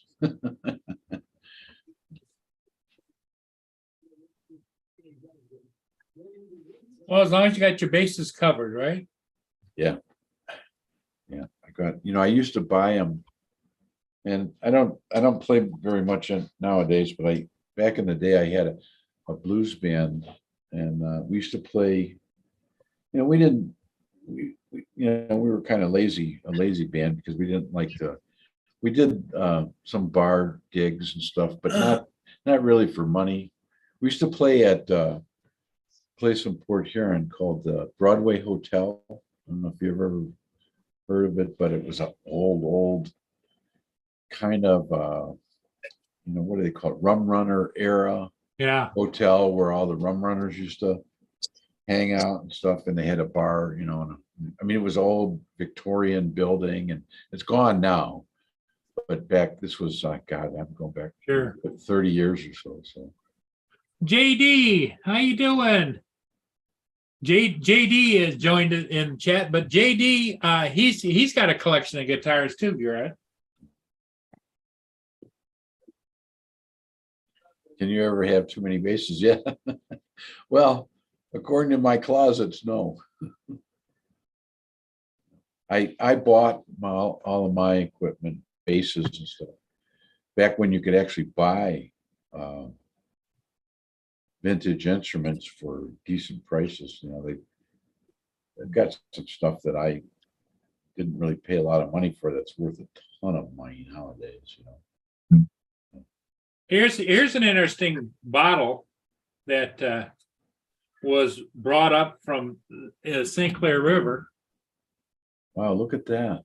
And it's an old bottle from back in the days when they used to be running liquor and stuff across the border. Okay, rum runners, right? Yep, on boats. Yep.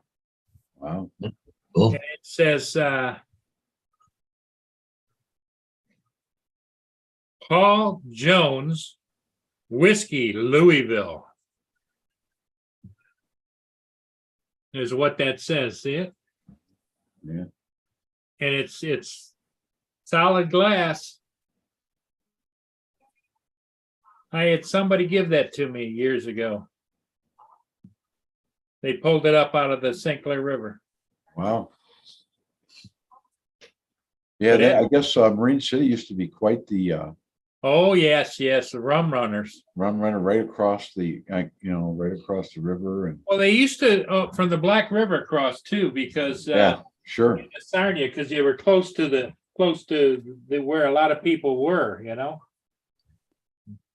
Yeah, the Purple Gang. Wow. That brings back memories when I was, I don't know if you guys know the guys that are on the chat here, but I'm in the Detroit area. And when I was a kid, my dad and I used to play golf at a old place called Northville Golf Course.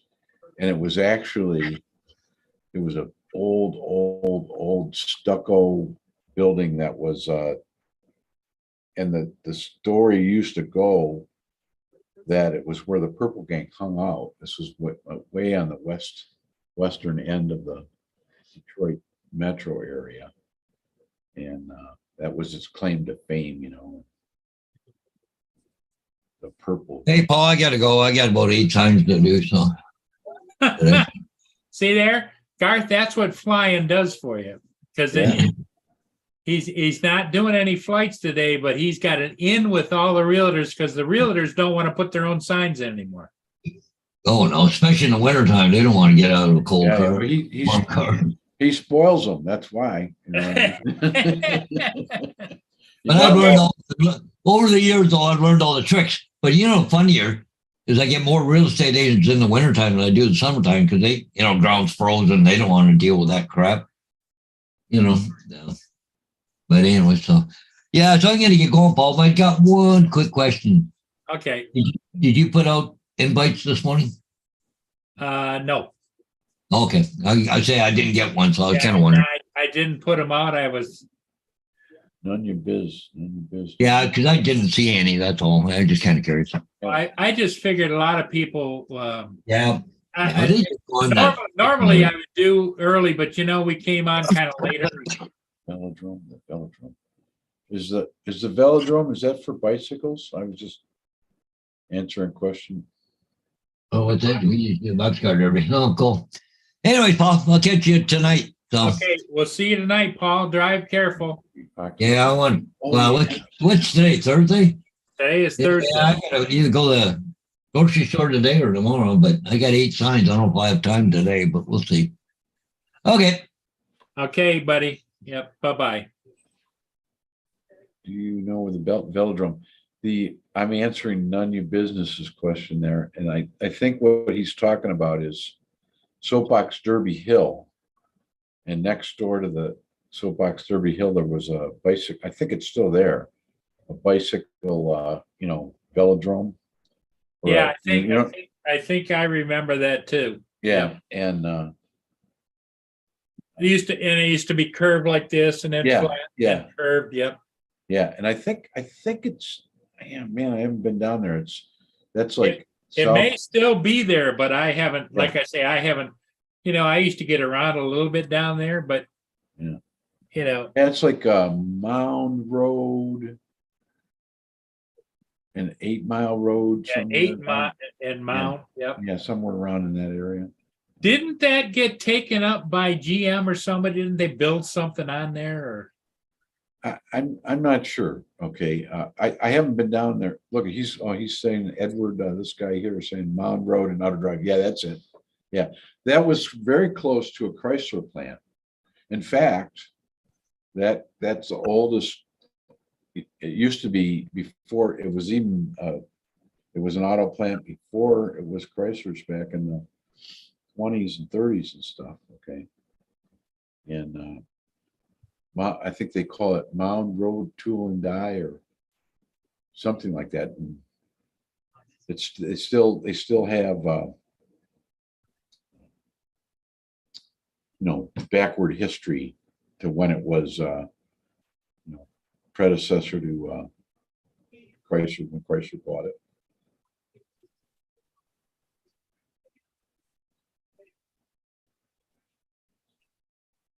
It's way down. Don't take care, Garth. See you later. Okay, yes. not Mound, I think. McNichols, that's 6 Mile.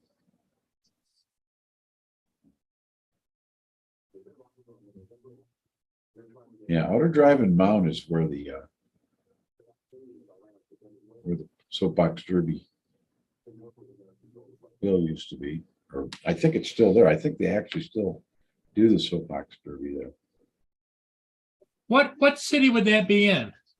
Detroit, that's almost the Detroit border. Outer Drive would be the north-south equivalent of 7.5 mile road.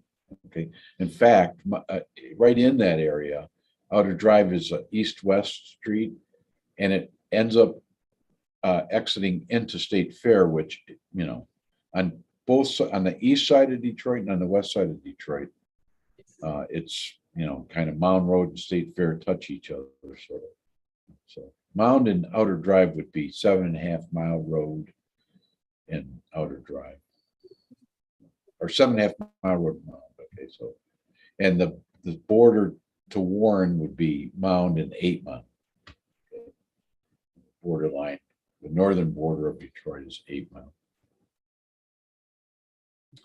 McNichols is 6 Mile. That's what, yeah, Edward says. Yes, that's true.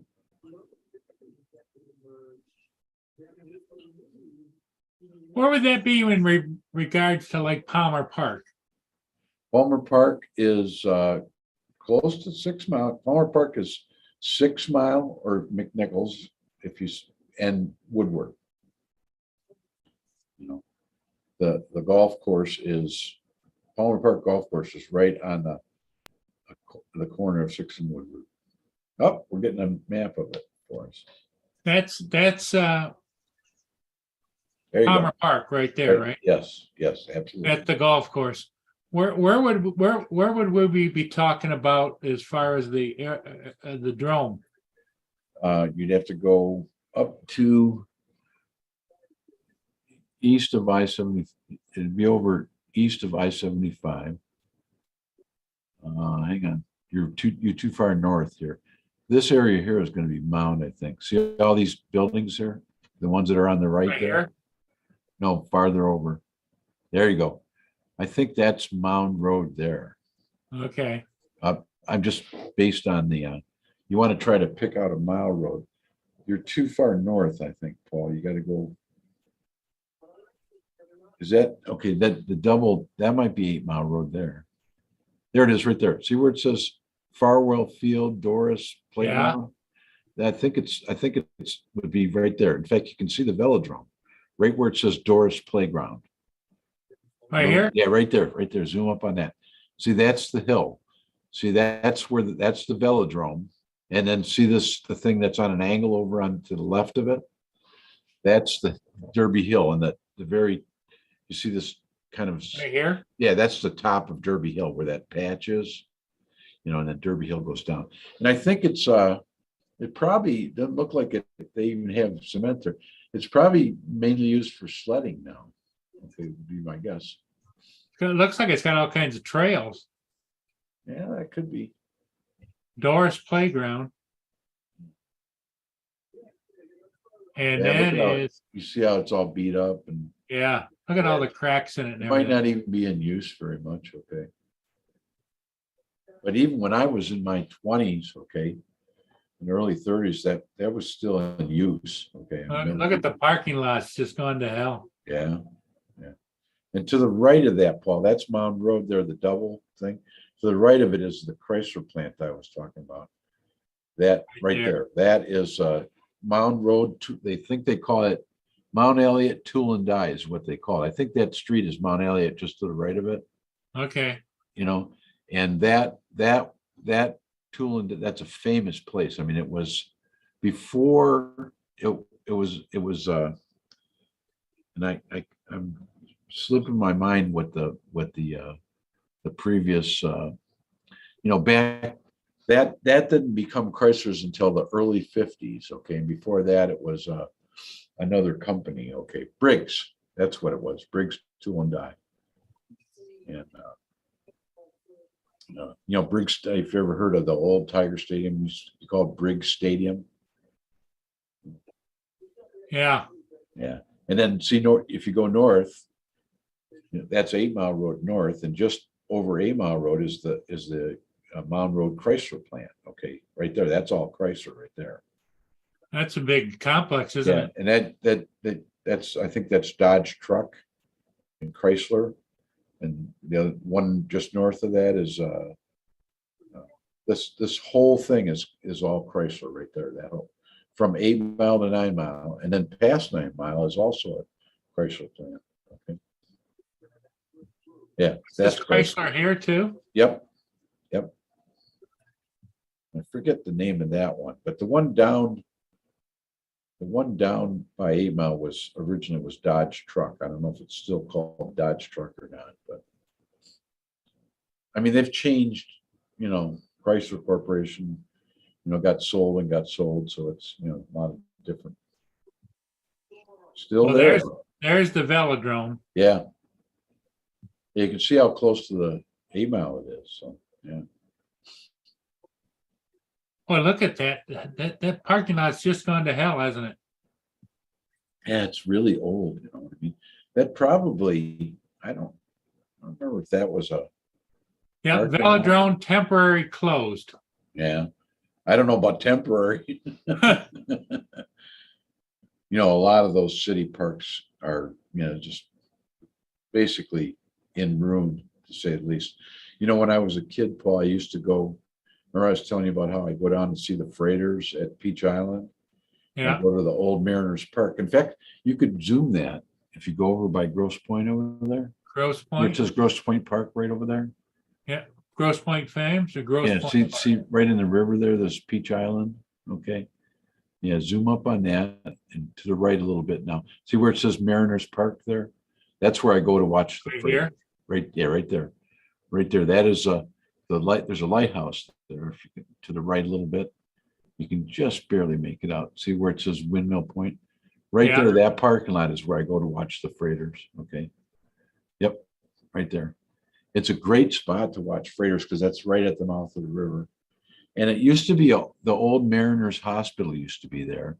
And that area that is just to the right of it is used to be an old trailer park. Well, isn't that, is that where the camera is that's down there on the No, the river? camera is in the middle of Belle Isle on the Canadian side. Okay, because You can zoom up on Belle Isle. And you'll see. there's a stream Yeah, time Yeah, live. see, yeah, right.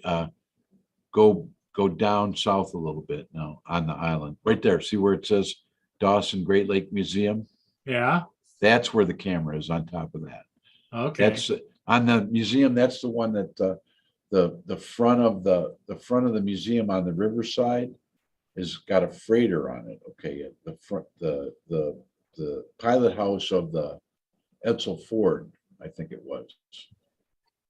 You know, when they tore the Edsel Ford down, they took the pilot house and it's actually glued onto the front of the museum. It's pretty cool. Look at the point is like the head of a ship.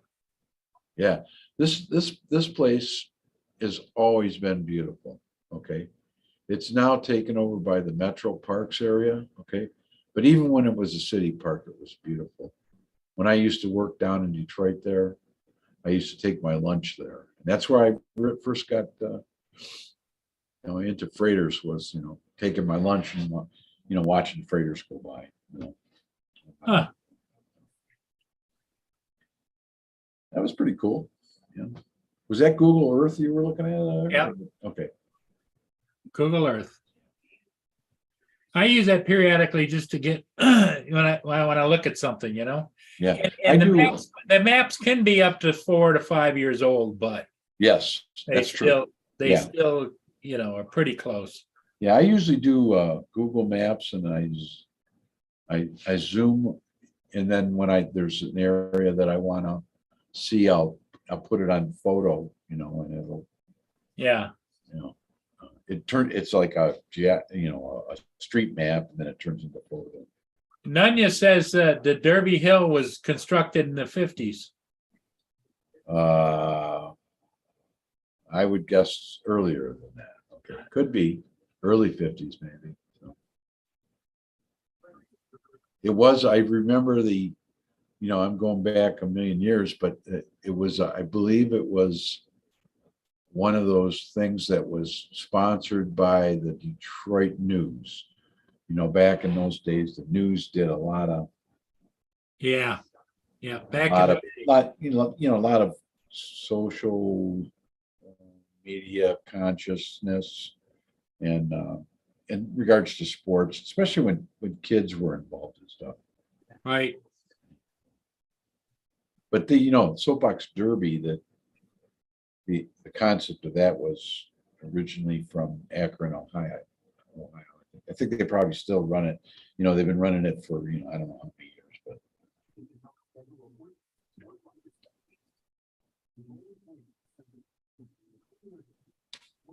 we had when I was in my very early 20s. I used to hang around with a lot of people, and we had this thing. We decided we wanted to do our own soapbox derby, but we wanted to do it with no rules. Okay, so what we did is we called it the Great Race, and we had everybody in this group, and it was probably maybe 25, 30 people.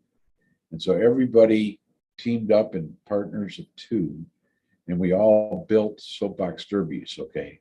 And they had nothing to do with soapbox derbies, Paul. They were, one guy had a tricycle that had a 10-speed front wheel on it. Okay. And little casters on the back, and and I had an old those old like a 55 Ford convertible car that you had when you were a the kid. pedal car. Yeah, a pedal car that I turned into a dragster or a funny car with I think there was a lot of alcohol involved in it. Okay, and but it was great fun because everybody built something, and then we had a race, and I don't even remember who won it or if anybody won it. It was there was a lot of crashes, and it was at Derby Hill too. So, and that was in the days before they when they had the concrete run of the thing, or asphalt or whatever it was. And then not long after that, this was probably I'm going to say the 70s, in the middle 70s or something like that. And then they started doing, they blocked off the run, so you couldn't go down there because it was too dangerous for Sure. without any supervision and stuff. And they did the same thing at Baldock Park, which is another park, another East Side Detroit park, close to the points like Mac and 7 Mile area. Oh, yeah. And there's a toboggan run there, and there still is a toboggan run there. And it was a man-made hill that the Parks and Recs made, built up a big. What was that commercial that they used to, in the jingle, say, at 9 Mile and Mac? That's Roy O'Brien, still there. Roy O'Brien. Roy O'Brien Ford, still there. And his claim to fame that's quite a story behind that place. That guy, Roy O'Brien, who's been dead for like 106 years, okay. But the original owner, okay, got the franchise because he knew he was friends with, or not friends, but he was I'm going way back in the like 30s, I think, when Edsel Ford, the Edsel Ford house, which is right on the southern border of St. Clair Shores, Grove Point, right on the water. On the water. And so he was a patron or a friend or something of Edsel Ford's, and so Edsel Ford got him a Ford franchise, okay, on 9 Mile Mac, okay, and it's been there ever since then. And I was like, I want to say the 30s, okay, might even have been before that, okay. I know I've read up they in the 50s they had, that's when that commercial used to be on. Yep. You're on the right track. To 9 Mile and Mac. Roy O'Brien, trucks and cars. Get your money back. Roy O'Brien. Yeah. I think that if you live in Nebraska, you probably heard that jingle. Okay. Because it was a pretty famous, the people that did that jingle, they did the thing, remember the Fago commercials with Right. which way did he go? Which way did he go? That was the same ad agency. Oh, really? Yeah, and they did. It was a really famous.